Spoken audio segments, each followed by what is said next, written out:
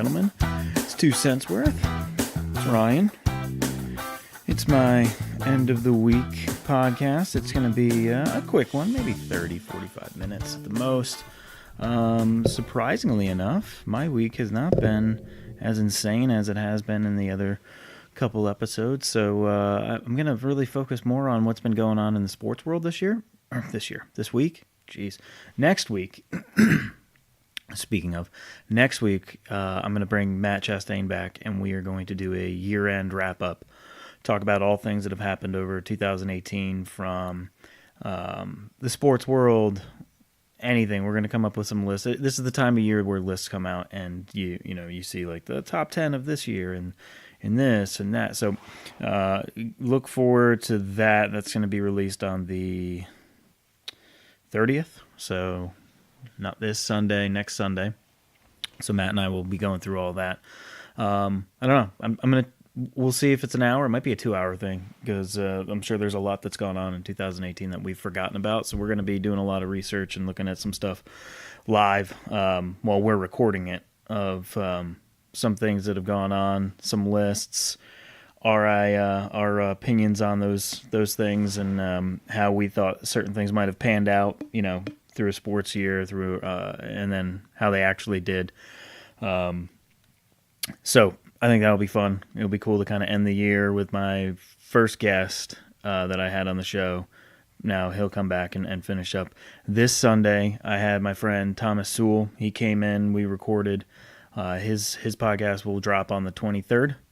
So his is more of we talk Christmas towards the end, but it's a Christmas, we'll call it the Christmas special, even though we talked about it at the end. But he came in and had a great conversation around what he's been doing and what he's got going on in his life. And we talked a lot about his recent trip to Ireland, so that's cool. So you'll hear that on Sunday and play it during opening presents with your kids or your family, whatever. As long as they don't mind a couple curse words here and there, then they'll be fine. So my week, Sunday, like I said, Thomas came over. We recorded a podcast. It lasted about an hour and a half. It was a good conversation. And as I mentioned before, and if I haven't, I will. I never cut my guests off. I tell all my guests when they come in and when I'm working with them leading up to the show that, just come in. We try and keep it within an hour. If it goes shorter or longer, that's fine. I'm not going to cut you off. I want to hear your story. I want to hear what's going on. Have a great conversation with you. That's what's fun about this is that I have the power to press the record button and then also press stop whenever I want. And then you guys have that same power. You can listen to it. And then if you need to pause it or turn it off, you can always do that. Everybody has that option. So he came over Sunday. Panthers weren't playing, so I had a nice stressless Sunday. Didn't really have to worry about too much other than the fact that we had family Christmas last weekend. I went over to my parents' house earlier in the day, had brunch with my sister and her kids and our kids, and we did that, early Christmas for the family, and then the afternoon Thomas came over, and we did that. Not much else on Sunday. Like I said, it wasn't the most exciting week in the world with the usual madness. The kids were done with school. Nolan was done with school on Tuesday, and then Harrison's last day of school was Monday because he goes Monday, Wednesday. What? Excuse me. I was eating my words. Monday, Wednesday, Friday. So Monday was his last day. So yeah, just end of the day, Sunday, getting the kids to bed. Nothing really exciting. And then woke up, started the week. And this week for work, as you get towards the end of the year, I don't know in your industry, but in mine, it kind of shuts itself down a little bit. Things start slowing down, which is kind of nice. You can kind of decompress from the whole year, take a deep breath, and then work towards the new year, which is nice, and catch up on some things that you might not have been able to throughout the year. So that's where we were at, starting the week off on Monday. As usual, worked out every single week. Dude, I'm serious. What the hell's wrong with me today? I can't talk. As I was mentioning, I'm decompressing. Maybe my brain's decompressing itself. Or I'm just fried from the whole year. I don't know. Come on. Pull it together. Jesus Christ. What the hell was I talking about? Oh, working out. I worked out every day this week. Every day this week, not every week. But I probably have worked out every week this year. Even when I'm sick, I know they say not to do it, but I do it. I'll work out if I can. Um, Try and get some type of sweat in, which they say is terrible. Some studies, you never really know what you can really trust on the internet and read, right? I think it's like you just trust your own body at points. I can't ever tell like what I should be doing or what I should be eating sometimes and shouldn't eat. Like eggs are bad for you. No, eggs are good for you. Eggs are bad for you. Eggs are good for you. Well, egg whites are good for you. No, the yolks are bad for you. Well, no, the yolks are actually good for you. It doesn't. I don't. I don't know. I don't know anymore. You read so much shit around. It's hard to understand what really is right or wrong. Some people say don't work out when you're sick. Some people say just trust your body, know your limits. So yes, long story short, which nobody really cared about, I guess, at this point because I ran over myself with my words. I worked out every week this year. There you go. Congratulations to me. But this week I worked out every single day, continuing on that program. So that was what I wanted to do and trying to get as much of that in as I can. Next week will be a little different because Tuesday the gym is closed, so we'll miss one of those days. And obviously we'll see where Pete's at with family and myself, as well as my brother-in-law is coming up to celebrate Christmas with us. So gonna go Monday, and then Tuesday the gym's closed, and then see if we continue on Wednesday, Thursday, Friday to finish out the week. Because I'm not taking any time off for work, so I'm working through that whole week. So I'll be getting up, going to work. So that'll be good to keep me in my rhythm. And yeah. So Monday, it started off with that. Harrison had his Christmas special concert party. We'll call it party at school. So again, he's 2. So I mean, it's not like this crazy ordeal. It's a little party at school. So we went. My parents went, and he was supposed to sing all these songs. And like leading up to this, like we would catch him throughout the house, like singing the songs, doing the hand movements and all that stuff. We're like, okay, cool. This is gonna be pretty cute and fun, and he'll like it. Minute he saw us in that room, walks right over to us, wants to be picked up. Nothing to do with what the rest of his classmates are doing. So we held him the whole time, trying to convince him to go and stand next to his classmates. Oh, go stand next to your friend. And no, pick me up. So he watched his classmates do the concert while we watched his classmates do the concert. And then afterwards, they got to eat while we stood there like watching animals in a zoo. Just sit there at a table and eat while all the parents just stared at the kids. It was nice. I'm glad they did it. I think it was fun. The teacher said that Harrison did great, like through rehearsals and everything, and she recorded it, sent it to us, so we could actually see him actually do some of this stuff. But it's just sometimes you just don't know what to do in those situations. Like me, I get like awkward. Like it's just weird. Like I'm standing there, and there's 20 other parents in the classroom, and all of our kids just sat down at the table and they're just eating, and it's just like kind of like silence while we just all stare at our own kids, but also not really talk to each other. And then like the teacher tries to make it like conversation and stuff. So it was just weird and awkward, and it was nice. Glad I was able to make it, work my schedule out to do it, but like it was strange. Yeah. So Monday night, Panthers played, and I think we know how that all ended. Another loss. So I'm not going to talk too much about that. That's I think we still have a shot to make the playoffs for some way. Going into that game, we had a 4% chance of making the playoffs. Then we lost. We're sitting at 6-8, mind you. And I've said this a few times. I just want to vent some frustrations again about the Panthers.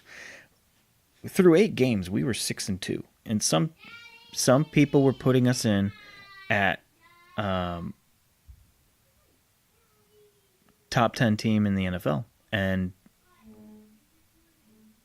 6 weeks later, we are 6-8, and potentially one of the worst teams in the NFL. So maybe it'll help our draft.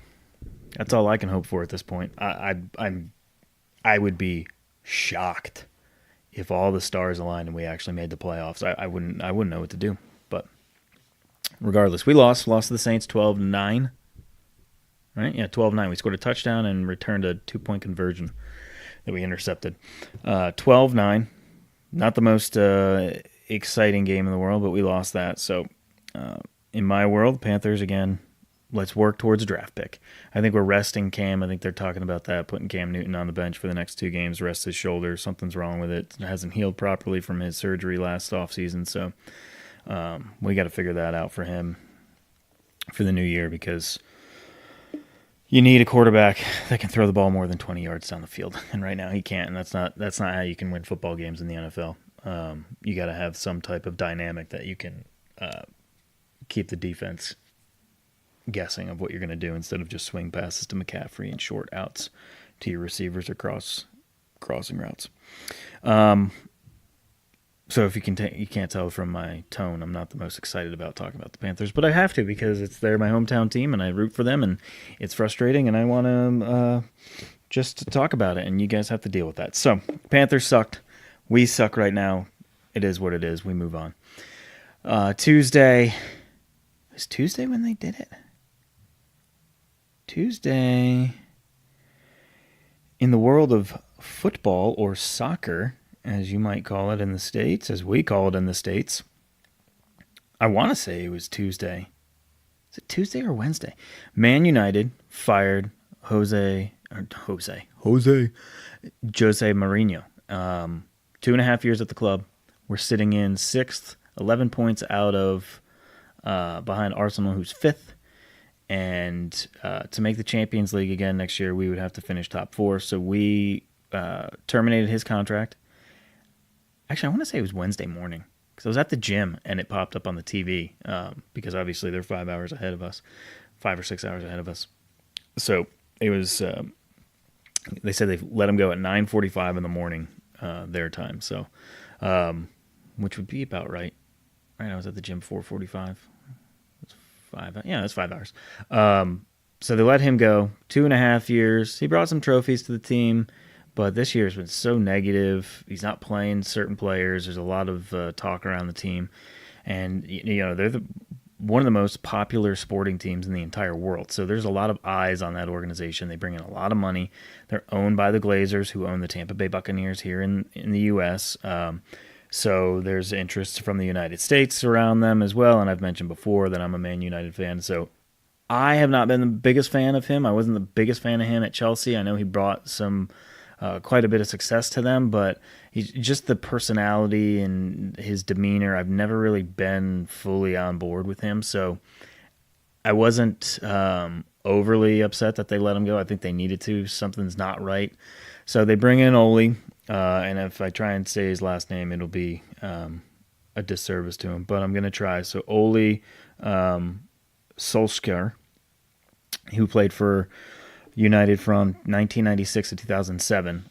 He's going to be the interim coach for the next 5 months, try and get this team back in while they try and find a permanent coach. So it'll be interesting if you're a soccer fan to see, just because even if you are a soccer fan, you're not a Man United fan, people still watch Man United. It's like the Yankees and the Cowboys in their respected sports. Like, even if you're not a fan of them, you still watch and see what they've done, because either the disdain towards them, or you just have an interest in them because of the name and the reputation that they have, and just the overall clout that they carry. So I'm hopeful for the next 5 months that they turn it around. There's a lot of talent on that team. There's some deadwood on that team that we should probably be getting rid of.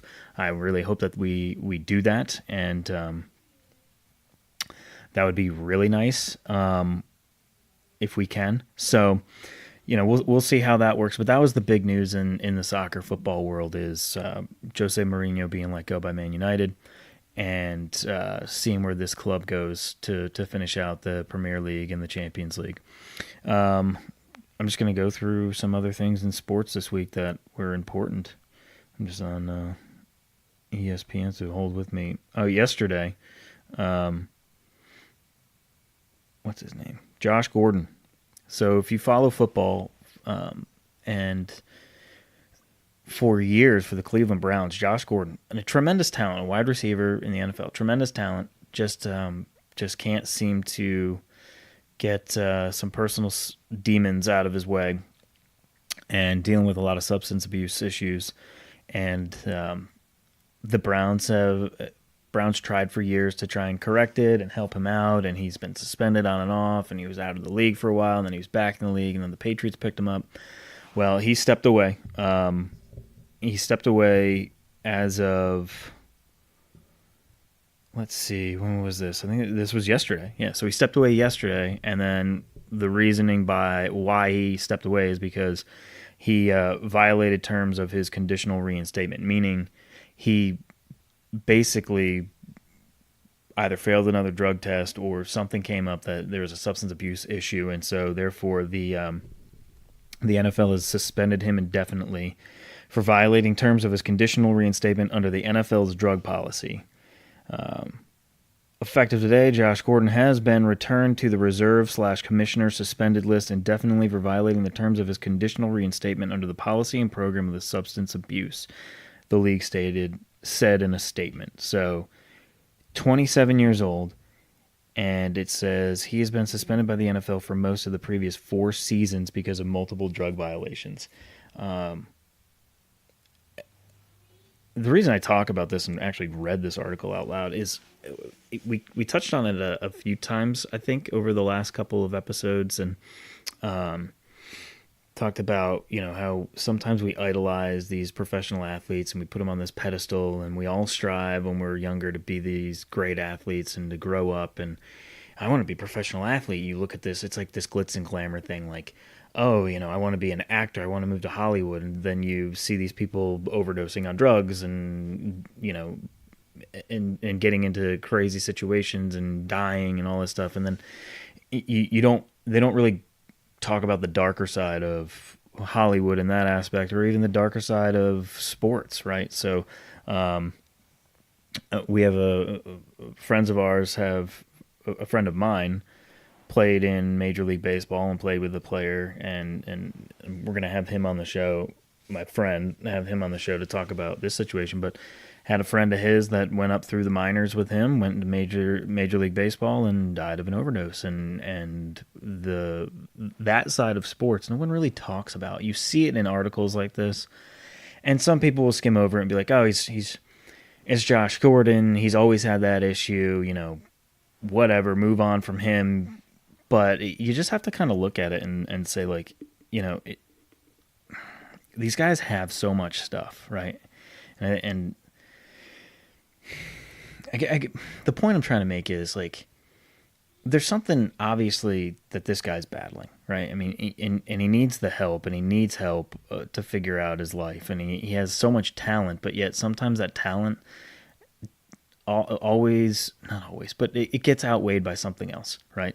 And so what I'm trying to get at is, like, the glorification of athletes and being a professional athlete. They still struggle like the rest of us do, right? They might not be able to show it as much because they have to put on this persona that they are this grand person. They have everything. They can't complain about anything. They shouldn't have any struggles. Money solves everything. Let me tell you, money doesn't solve everything. Not that I'm a person to tell you that it does, because I've never had a crazy amount of money. I didn't grow up with a lot of money. I make decent money now, but that's to support my family, and I still deal with the same things that everybody else deals with. You student loan debts, credit card debts, you have your mortgages, all those things, car payments. But money doesn't really solve everything, and obviously there's something going on with this guy, and you feel, if you have any compassion or empathy, you feel a little bad for him. I hope he figures it out, because what you don't want is this sad story of finding out that the guy, dies and loses his life over something that he just couldn't kick and couldn't get help on. So 27 years old, suspended by the NFL for most of the previous 4 seasons because of multiple drug violations. He'd be facing banishment from the league for any positive test. So, yeah, it sucks. It sucks for this guy. It says, this is a quote from him. "I take my mental health very seriously at this point to ensure I remain able to perform at the highest level. I have recently felt like I could have a better grasp on things mentally. With that said, I will be stepping away from the football field for a bit to focus on my mental health." So obviously, to me, that seems like a very structured statement. that him and his agent and the people around him probably put together because he's facing something a little bigger. And then obviously later on that day, it comes out that he's been suspended by the NFL and he's going to be suspended indefinitely. So that was big news out of the NFL this week, the Josh Gordon thing, which, for him, that kind of sucks. Baseball related, going to talk baseball. Always do, always will. And it's going to be around probably my Yankees. So deal with it, people. But we'll talk about some other stuff. So hold on. Sip of coffee. Manny Machado visited 3 teams this week, supposedly going to make a decision. And what's funny is I look at this one team that he visited, and they have been considered the dark horse for another of the big free agents, Bryce Harper. But Manny Machado narrowed his teams down to 3 teams: Philadelphia Phillies, Chicago White Sox, and the New York Yankees. Those are the 3 teams that he went and visited this week, and those are the 3 teams that he said he's going to make a decision on. Let's see. I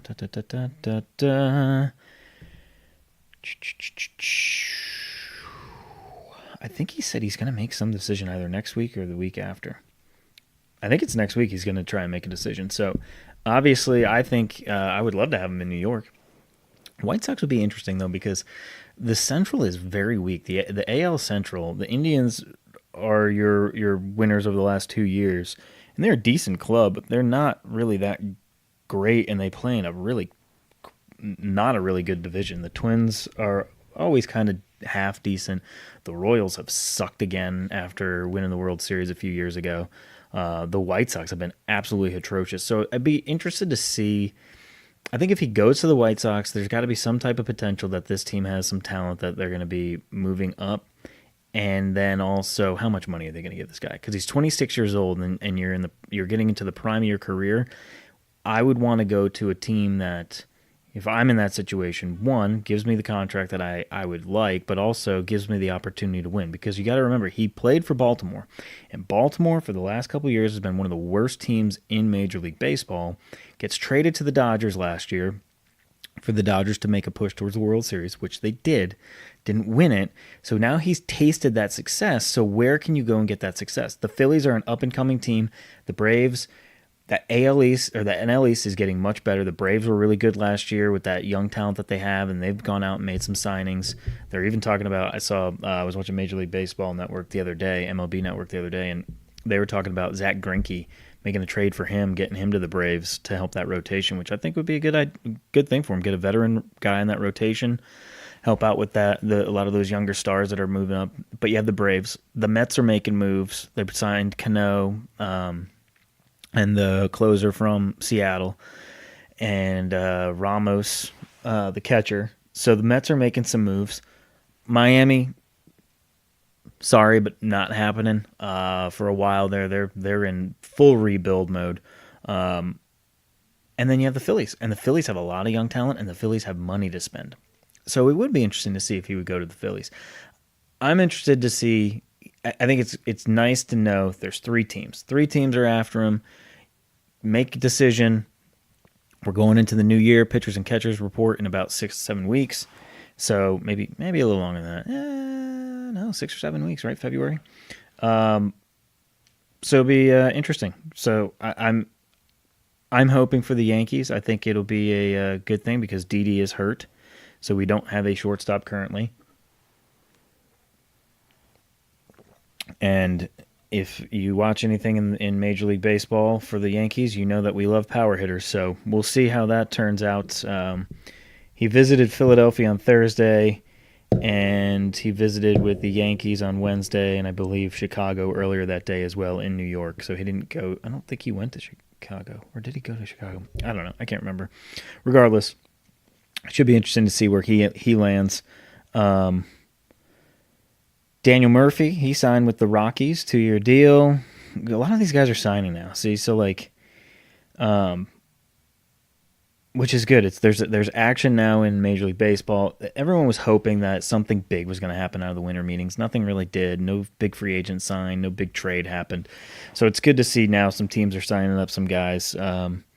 And that's basically all you see in the top headlines. If you go onto ESPN, it is everything of where all these where all these players have signed. Dude, I don't know what the hell's wrong with me today. I can't talk.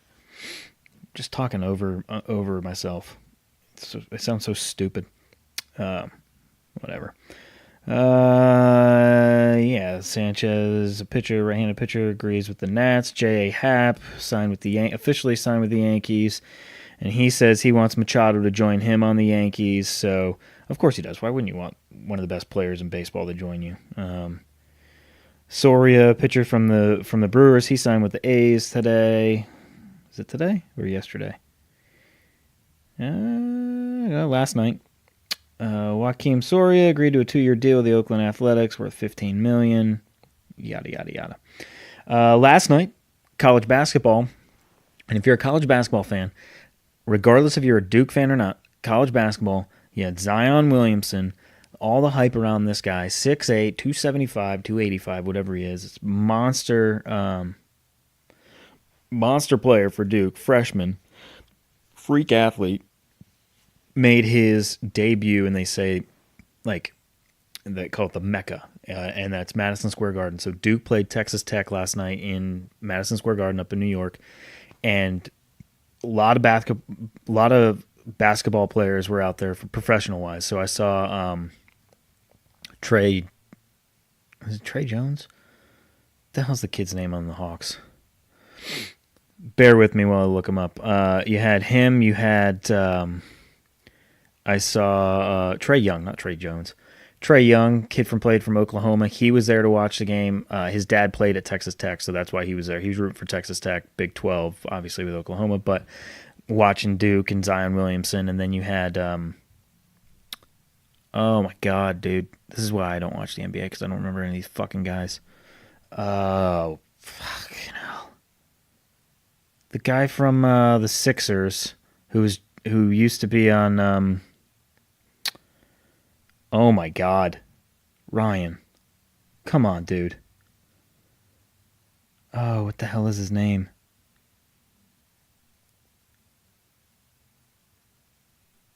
Oh, Butler. Jimmy Butler. I'm sorry. I have to apologize. This is just becoming horrendous of a podcast if you're listening. My God. Or maybe it's funny because I sound so fucking retarded. Ooh, sorry, stupid. I said it. Yeah, Jimmy Butler was there, and some others were there too, so it was cool. So, it wasn't the best game. If you're a Duke fan, I mean, we didn't look good at all. We were 0 for 14 at one point from 3-point land. Ended up winning the game, thankfully, but Zion fouled out. I think it was his totals was 16 points, 11 rebounds. So, not horrible, not a bad night, but nothing to. Not all the hype around it and everything. 17 points, 13 rebounds. And it says, Duke fans roaring each time he touched the ball before he fouled out. And the second-ranked Blue Devils ended number 12 Texas Tech's unbeaten start with a 69-58 victory Thursday night at Madison Square Garden. So that was big news out of college basketball. It's always cool. Duke always makes a trip up to Madison Square Garden, plays one or two games, a couple games a year. In the New York area, New York or Brooklyn, Manhattan or Brooklyn. So cool for him. I think it's good exposure for those kids to be in that type of atmosphere because that's what they're all trying to become. And a lot of these guys, especially on the Dukes, where they are considered that one and done, they're going to do that. They're going to go and play 1 year, mostly, not 2 years, 1 or 2 years at Duke and go and play in the NBA. So they get to experience that at Madison Square Garden, which is pretty cool. Thursday was yesterday. From my perspective of life, nothing really exciting. Busy day at work. Kids are out of school. This morning, we have Nolan's birthday party, so we were supposed to have it at Chuck E. Cheese 2 weeks ago. The Snowmageddon, the storm of the century, came to Charlotte, and like I said, we got rain in my side of the town. So we rescheduled this party to today because school is out. So we have that this morning. Oh boy. this morning at Chuck E. Cheese. So we're getting ready for that. And then that's probably about it for Friday. I'm going to knock out some work, finish up my week. And then, like I said yesterday, it was the same thing. Saturday, got 36 holes in me tomorrow. Haven't played golf in a while. If you remember back to episode 4, Mike Claudio and we played golf before we recorded, and we were supposed to play again. I couldn't make it because I had to travel that coming week. That was beginning of November, so this is the first time I played since the beginning of November. So we're going out playing 36 holes. It's me, my buddy Hump, Ben, and my buddy Jacko. We're going to knock out 36 holes. We'll see how it goes. It's supposed to be nice tomorrow. If you're in Charlotte, you know it's been raining for the last couple days, so this weather's been nuts. So 2 weeks ago it snows, then there's a couple days of sun, and then it gets warm again, like it's up into the high 60s, and then all of a sudden this rain comes, and it's been in the 50s, and it's been then kind of muggy, and now tomorrow is supposed to be in the mid-50s and sunny, but obviously the course will be wet, so be bringing an extra pair of shoes for that, but it'll be fun. I haven't played golf in a while. I'll probably put some stuff on my Instagram so you guys can see the course. We're playing at Old Sycamore here in town, just a nice public course, semi-private actually, I think, because you can actually become a member. But with everything down here at the courses, most everything is Bermuda, so everything goes dormant. So it'll be just a dormant course, so balls will roll out. Rough shouldn't be too bad. So it should be all right to play. Again, just looking forward to just getting out there, spending a Saturday with the boys. Saturdays for the boys. So we're doing that, and then Sunday, Lindsay's brother comes into town. He's driving up from Tampa, and then he's going to spend a couple days with us and the boys, so that'll be fun. Have a good Christmas with him. And, yeah, got some exciting guests coming up over the next couple weeks. Like I said, Thomas Souls will be Sunday. Then we have Matt and I as a year in review. That'll be fun. You know, we'll get some booze in us and get a little loose, I'm sure. And then I have a rep from RSP Nutrition coming on. Pretty excited about that. So if you guys follow me on Instagram, you know I put up a lot of stuff on RSP. And just a quick background, and I'll talk about it too when she comes on. Her name's Melissa McCory. She's coming on to talk about RSP, workout plans for the new year, kind of just kicking off the year. So she'll be the first guest of January. That'll be dropping on January 6th, I believe. But we're going to talk about workout plans, nutrition, how she got involved with RSP, her background, all that stuff. But RSP, for me, it's been a supplement company that I've used for the last 5-6 years, 4 to 5, 6 years, I guess. I can't remember how long ago I started using them. And unbeknownst to me, my friend who I grew up with in Rhode Island, Kalichi, is part owner. And it was something I posted like 2 years ago, maybe a year ago. And he was like, "Oh, you use my product." And I'm like, didn't know it was your product. So unbeknownst to me, reconnect with friends. Kind of cool. I think I've mentioned the story before, so I'm not going to really get too much into it. So I have her coming on. I have some local people here in Charlotte that I don't know coming in. Melissa's one of them. I don't know her other than her Instagram and the fact that I use RSP. But my friend Thomas Lee and her are common friends, so that helps kind of bridge that and makes it a little more comfortable. Because I have these people come to my house, so it is kind of weird, especially if you don't know someone, like show up at your house and be like, "Hey, yeah, come on upstairs. Don't mind my kids, my dog, the circus that I talk about all the time." So I reached out to her. She's going to be coming on. Another person, Miranda Mounts, she's coming on in January. She has an Instagram about where to eat in Charlotte. So she does different spots in Charlotte about eating, but also has a background in sports and volleyball and fitness, so we'll talk about all of that. SweatNet Charlotte, the owners of that, are going to be coming in over the next couple weeks as well, and then Henry Wind from Lululemon will also be coming on. Actually, I think I'm going to be doing his at a live venue for the first time. So Lululemon here in Charlotte puts on this event called The Series, and it's speakers that come into local businesses. Last one was at Not Just Coffee in downtown, and it's a series at night where they have speakers talk about the community, etc. So him and I have been talking about doing it won't be live, but it will be recorded before that next event in January, that day, that night in that venue. So as people are coming in, him and I will be having our conversation around who he is, how he got involved with Lululemon, etc., the series, what everything is around that, and how that came about, and how his involvement is, or how he is involved in that, and then also his involvement in the community as a whole.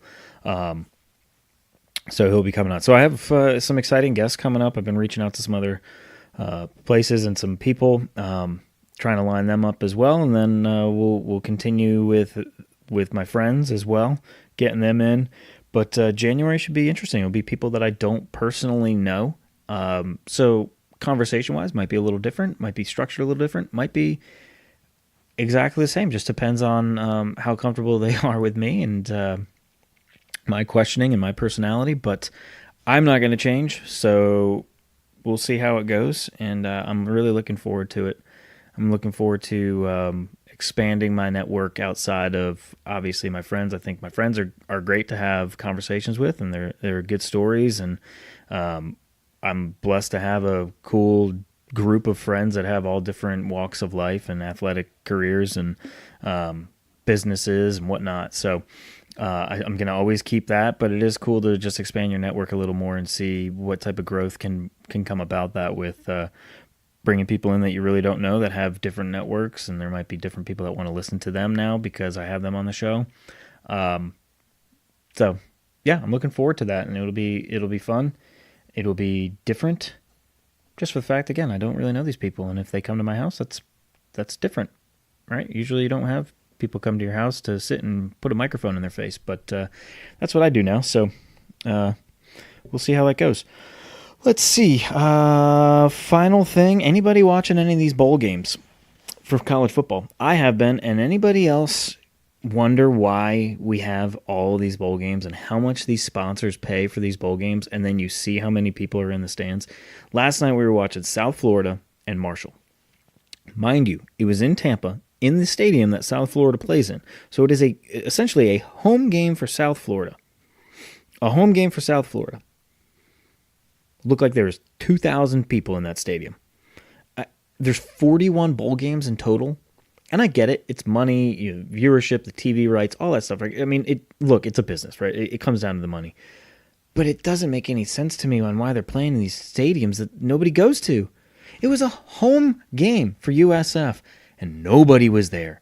And it was raining. And I don't really care if it was raining. You live in Florida. You deal with rain all the time. There's nobody there. There's nobody there. I don't get it. Outside of the money at factor, I just don't get it. Doesn't make sense to me. Why you put that much money into it? If you're a sponsor too, like, why would you put that much money into it? Like, what's your return? What type of return are you getting? You get 2,000 people in the stadium. I was turning it on and off most of the game because I was going and watching the Duke game. That was more exciting because it was in a packed Madison Square Garden rather than watching Raymond James Stadium put 2,000 people in there and watch Marshall and USF. I don't know. This is my opinion on it. It's my 2 cents. How about that? On that whole thing, I don't get it.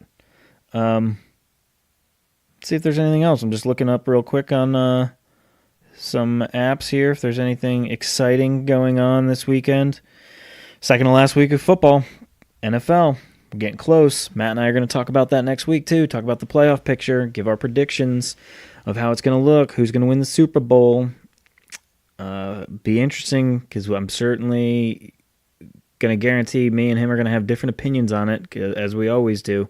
But 2 more weeks, 2 more chances for some teams to get in and make a run at the Super Bowl. It'll be, I'll tell you, it's going to be interesting because a couple weeks ago, it looked like some certain teams were certainly the best in the NFL. It looked like the Chiefs and the Rams were the 2 best teams in the NFL. They played one of the best games that people were talking about and saying, oh, it's one of the best games we've ever seen. And now, arguably, the Chargers are the best team in the AFC. And the NFC, Bears are pretty damn good. Who else has been playing really good? Outside of the loss, the Cowboys were playing really good. The NFC's not so clear cut anymore. It's not the Rams and the Saints. The Saints didn't look that great against the Panthers. 12 points is this incredible offense of Drew Brees. And Drew Brees is a Hall of Famer and potentially one of the best, if not the best quarterback. People, that's always up for debate. But they haven't looked that great over the last couple weeks. And, they had beaten the Rams, and then people were saying, oh, the Saints are the best team in the NFC. And I think I even said, I was saying it on this, saying that they were the best team in the NFL. Now I don't know. I really don't know. I think the NFC is kind of wide open. You have the Bears are looking good, like I said. You have the Saints, you have the Rams, Cowboys, and then it's just kind of a bunch of other teams. I mean, hell, like the Panthers are still in it. We're sitting in 9th right now. Like we could still make the playoffs at 6-8, and we're playing the Falcons, who are even worse than we are this weekend. We're playing the Falcons, who are 5-9. I swear to God, if we lose again, I don't know what I'm going to do. Hope that we get a really good draft pick and hope that we sign some free agents to make this team what it should be. Because we're a good team. We were 6-2. 6-2. You know how hard it is to win the NFL? We're 6-2. You have a winning record and you lose 6 in a row. Don't make it 7. Please don't make it. Don't make it 8. Oh my God, could you imagine if we lose 8 in a row? We go 0-8 in the second half of the season. I might cry. I might seriously cry. Yeah. I'm not seeing much else, really.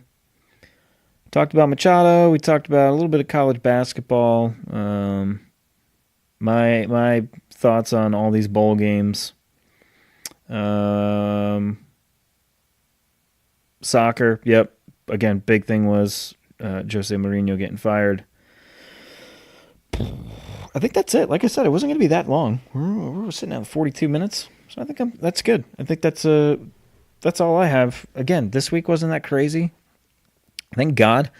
The couple last weeks leading up to this week, my God, just nuts. Between Lindsay's work schedule and the boys and school and my work and this and everything else that we have going on. I mean, it felt like a fucking whirlwind. So I'm glad it's kind of calmed itself down and all the wrapping's done for Christmas. All the presents are bought.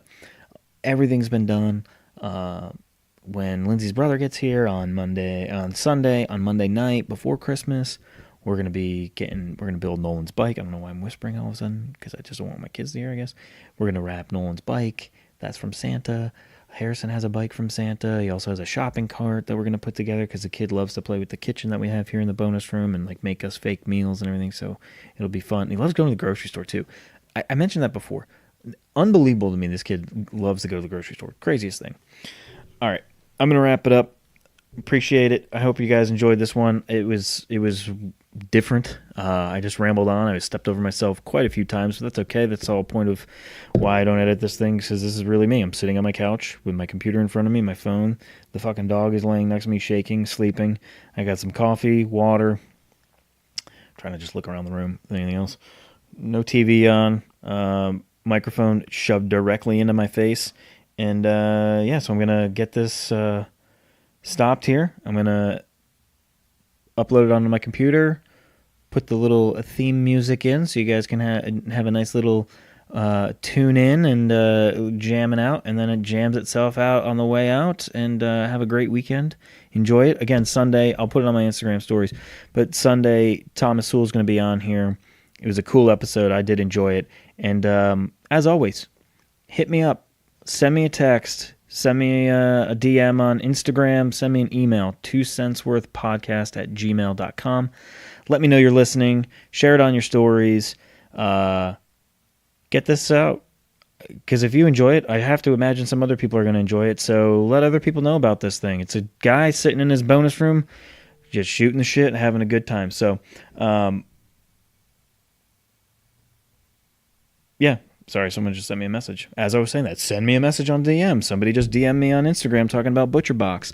I got ButcherBox this week. I tried the bacon last night. It was fucking sick. It was so good. So good. I haven't had bacon that good probably ever. Yeah. So, God, I was about to wrap up, and now we're talking. Now they got me all fired up about ButcherBox. Go to ButcherBox. try it. We got a shit ton of meat, and it's gonna be good. And if the rest of the meat is as good as that bacon was last night, fuck me, it's gonna be fantastic. I can't wait. Get some ribeyes to make, some chicken breasts, pork chops, a beef tri-tip. Oh boy, I'm excited. Yeah, so hit me up. Let me know if you're listening, where you're listening from, how you heard from me, how you heard of me in this podcast. I want to know. I've asked a couple times. Nobody's really reached out outside of my friends who text me, but send me something on Instagram. It's 2 cents worth podcast, and then my Instagram is centsworthpod, and email is 2centsworthpodcast@gmail. So there's multiple ways to get in touch with me. I'd love to understand how you guys heard of me, especially across the country. I got a lot of listeners out in California, and as far as I'm aware, I don't have a lot of friends in California, so I'd certainly like to know how you heard of this and what you enjoy about it. And then also, what I want to try and do for the new year, I've mentioned some of the guests, but I do want to know, what is some content, what are some topics that you want to hear about in the new year, right? I have to evolve this podcast as always, right? I can't be the same thing every single week. If it is, you guys will lose interest. I want to make sure that I keep the interest and at the same time get the listeners out what they want, as well as making sure that I'm still producing what I want out of this podcast. I'm not going to change the way that I do it. It's going to stay unedited and raw and as it is, but I do want to tackle some topics and different content that you might want to see and hear. And yeah, just let me know. I definitely want to hear from you. The only way I know is if I hear from you. So please reach out to me. And I look forward to hearing from you guys. And I hope you guys have a great weekend. I hope you have a great Christmas. I'm going to say Christmas. For a while there, everyone was so PC, you can't say Christmas. I celebrate Christmas. Hope you have a great Christmas. Happy Hanukkah. Happy holidays. Whatever it is. Hope you enjoy time with family and friends. And that's it. Goodbye, my friends.